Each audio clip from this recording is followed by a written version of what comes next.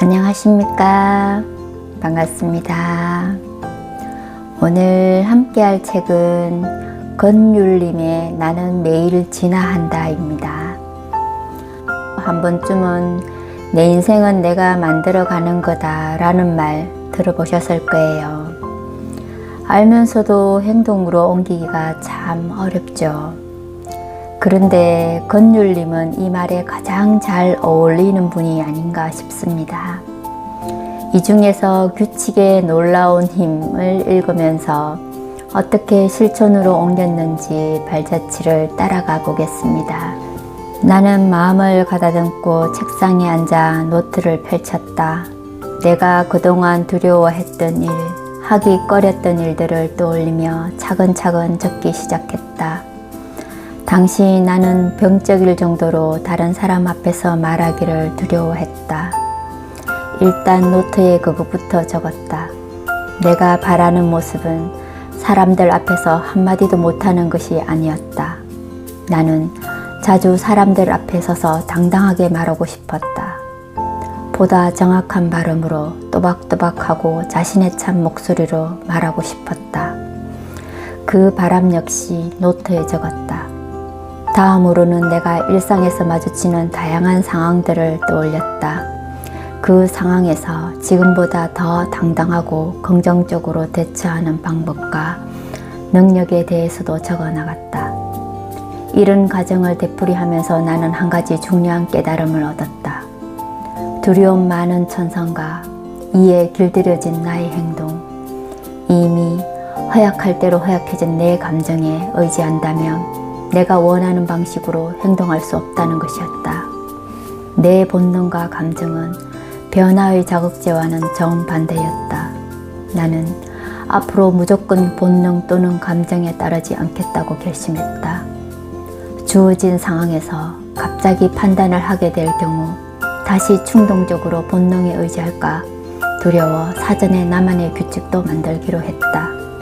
아무리 두려워도 그 두려움이 나를 죽이거나 하지는 않기에 아무리 힘들어도 계속 하게 되면 더 쉬워질 수 있다는 생각을 한 것이다. 당시 나는 한 번도 수업 시간에 손을 들어 선생님에게 물어보거나 내 이야기를 한 적이 없었다. 친구들이 활발하게 주장을 펴는 그룹 토론 시간에도 마찬가지였다. 나는 이와 관련된 규칙을 만들어 보기로 했다. 어떤 수업 시간이라도 반드시 아무 조건 없이 시작한 지 5분 안에 손을 들어 무언가를 말한다. 이것이 내가 만든 첫 규칙이다. 나는 조리 있게 말하는 법을 배우기 위해 일부러 연극 수업을 신청하고 토론 클럽에도 가입했다.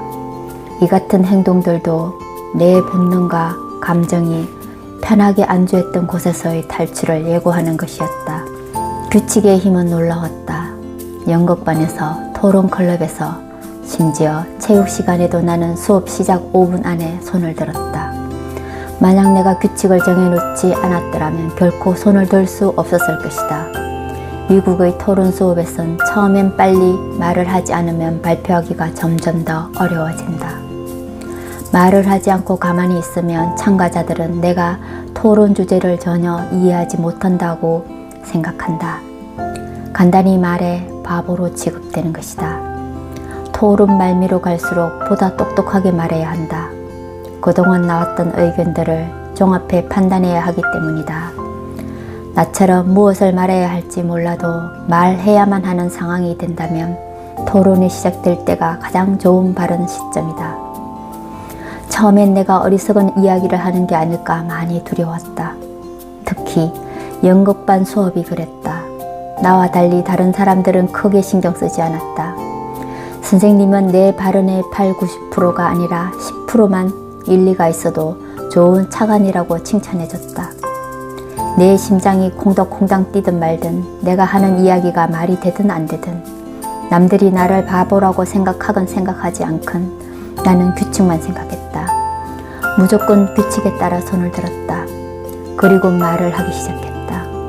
어떨 때는 내가 무슨 말을 하는지조차 몰랐다. 그래도 말을 이어갔다. 물론 실패한 날도 있었다. 그렇다고 해서 낙담하지 않고 조금의 진전도 소중하게 여기고 밀어붙였다. 나에게 서서히 놀라운 변화가 일어나고 있다는 것을 그때는 꿈에도 생각지 못했다. 나는 조금씩 자신감이 생겼다. 그래, 맞아. 내가 조금 어리석은 이야기를 한다 하더라도 죽는 건 아니잖아. 세상이 끝나는 것도 아니고 말이야. 누구든 처음부터 잘할 순 없어. 하고 스스로 마음을 고쳐먹었다. 갑자기 예기치 못했던 상황이 발생하면 두렵고 겁이 나는 것이 당연했다. 하지만 미리 어떤 상황에서도 지켜야 할 규칙을 정해놓으면 내가 원하는 방식으로 상황에 대처하기가 훨씬 수월해졌다. 규칙의 힘은 온몸으로 느낄 수 있었다. 매일 성취한 것들을 노트에 적어나갔다. 5분 내에 손드는 것에 실패한 날도 있었다.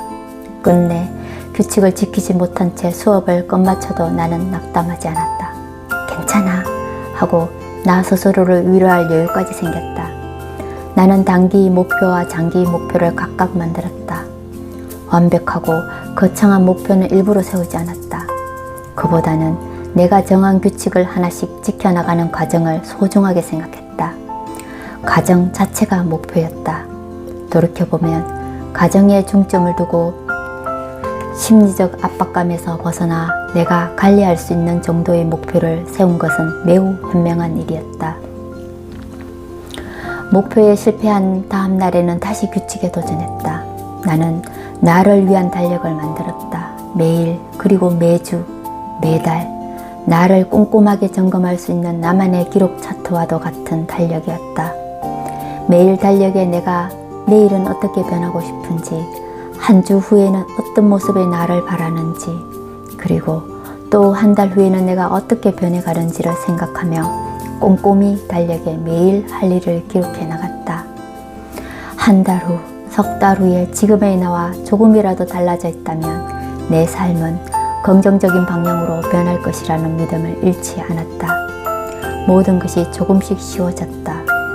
지금껏 내가 두려워했던 일들, 연극반의 수업에서 손드는 일과 새 친구를 사귀는 일, 여학생들과 자연스럽게 이야기하는 것 등이 예전만큼 어렵게 느껴지지 않았다. 어느새 나는 변해 있었다. 수개월이 지난 후 나는 뚜렷한 진정과 함께 목표를 향해 순조롭게 달려가고 있는 나 자신을 발견했다. 그로부터 수년 후 주위의 어느 누구도 한때 내가 매우 수줍고 두려움이 많은 아이였던 사실을 믿지 않을 정도로 나는 변해 있었다. 다른 사람 앞에서 말하는 게 익숙해질 무렵 나는 한 가지 규칙을 더 만들었다. 정기적으로 선생님을 방문하는 일이었다. 미국의 명문대학에 진학하려면 고등학교 선생님의 적극적인 추천이 꼭 필요했다. 선생님이 학생의 장점을 잘 알고 있어야만 진심이 담긴 추천서를 받을 수 있기 때문이었다. 따라서 선생님과 좋은 관계를 맺는 것이 대학 진학에 매우 중요한 요소가 됐다. 주위에 있는 똑똑한 학생들을 살펴봤다. 그들은 시간이 날 때마다 선생님을 찾아 자신의 진로와 성취, 고민 등을 상의하고 있었다. 정확히 말하면 선생님에게 자신들이 어떤 존재인지를 뚜렷이 각인시키는 행동을 하고 있었다. 처음엔 나는 그런 방식이 너무 싫었다. 내성적인 내 성격과 도무지 맞지 않았기 때문이었다. 변하기로 마음먹은 이상 나에게 다른 길은 없다고 판단한 나는 미리 달력에 매달 선생님을 찾아가는 날짜를 표시해뒀다. 가슴으로는 무섭고 두렵더라도 머리론 그 날짜를 기억하고 선생님을 억지로라도 찾아가기 위한 방편이었다. 이 새로운 규칙과의 싸움에서도 나는 성공했다. 종목만 달랐을 뿐 내 자신을 변화시키는 노력은 고등학교 들어가서도 계속됐다. 이번에는 운동이었다. 나는 운동을 통해 자기 자신을 단련시키고 자신감을 찾아야겠다는 게 큰 목표였다. 그보다 더 구체적인 목표는 어떤 종목이든 학교 대표팀에 뽑히는 것이었다. 중학교에 다니던 때 육상 종목에 흥미를 느꼈던 나는 육상부에 들어갔다. 이미 과거의 경험을 통해 나의 잠재력을 믿고 있었던 덕분인지 나는 육상부에서 쉽게 두각을 나타냈다. 이보다 조금 더 어려운 도전을 하고 싶어서 미식 축구부의 문을 두드렸다. 아버지는 이런 내 생각에 반대했다. 미식 축구는 미국에서 가장 거친 운동 중 하나다. 다치는 경우도 다반사고 그렇게 되면 공부하는 데 지장을 줄 수 있다는 것이 아버지의 논리였다. 나는 차선책으로 다른 운동부를 찾기 시작했다. 마침 학교에서 처음으로 만들어진 운동부가 있었다. 물속에서 공을 갖고 게임을 하는 핸드볼인 수구였다. 나는 제대로 배워본 적이 없었기 때문에 수영을 잘하지 못했다. 수영도 못하는 사람이 수구부에 들어간다는 것은 아무리 생각해도 이치에 맞지 않는 일이었다. 운동부를 찾아봐야겠다고 마음먹고 있는데 문득 내게 조금 다른 생각이 들었다. 만약 내가 새로운 운동을 배우기 원한다면, 남들보다 더 잘하길 원한다면 이보다 좋은 기회가 또 있을까? 미식축구나 농구는 이미 오랜 시간 동안 훈련을 쌓아온 친구들이 많잖아. 늦게 시작한 내가 그들과 경쟁해 학교 대표팀에 발탁될 가능성은 거의 없었다. 거의 없다고 봐야 할 거야. 그렇다면 수구가 괜찮겠는걸? 지금까지 우리 학교에는 수구부가 없었으니까. 나만 뒤처지는 게 아닐 테니까. 문제는 수영인데. 배워가면서 하면 될 것도 같은데. 그래, 한번 부딪혀 보는 거야. 나는 용기 있게 수구부에 가입 신청서를 냈다. 동시에 새학기 체육 과목으로 수영을 선택했다. 처음 만들어진 수구부는 심사를 할 것도 없이 원하는 사람을 모두 받아주고 있었다. 그렇게 해서 나도 수구부의 일원이 됐다. 훈련이 시작되자마자 수구부 코치는 내가 수영을 잘하지 못한다는 사실을 발견했다. 고맙게도 그는 나를 수영장 벤치에 앉혀놓는 대신 골키퍼 역할을 맡겼다. 골키퍼는 수영을 잘할 필요가 없었다. 물속 골대 앞에 선 채로 손을 높이 올리고 날아오는 공을 막으면 됐다. 다른 선수들에 비해 수영 자체보다는 물속에서 오래 버티는 체력을 키우는 것이 중요했다. 나는 매일 열심히 수구 골키퍼가 되기 위해 연습했다. 지금까지 내가 한 노력의 결과는 어땠을까? 나는 자랑스럽게도 고등학교 1학년 때부터 학교 육상부 대표팀, 수구부 대표팀의 멤버가 됐다. 1학년이 학교 대표팀에 발탁된 것은 매우 드문 일이었다. 그것도 두 종목의 운동에서 말이다. 친구들은 깜짝 놀랐다. 유리는 그저 조용히 공부만 잘하는 아이로 생각했는데 운동도 잘하는구나.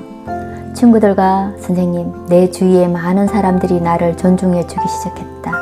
그 기쁨에 흠뻑 취한 나는 꾸준히 노력한 끝에 고교 시절 내내 그 영예로운 자리를 지켜냈다.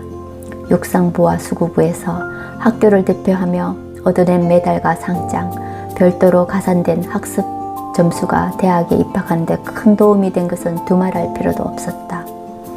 나는 수구부의 경험을 통해 지금껏 자신이 머물렀던 곳에서 벗어나 새로운 환경에 접해보는 게 얼마나 소중한지를 배울 수 있었다. 매우 익숙해진 환경에서 스스로 변화를 시도하는 것은 매우 어렵다. 하지만 새로운 환경과 도전은 항상 변화를 강요한다. 그때 이후 나는 새로운 도전이 내게 던지는 강요를 즐겁게 받아들일 수 있게 됐다. 네, 오늘도 수고 많으셨습니다. 여러분을 응원합니다.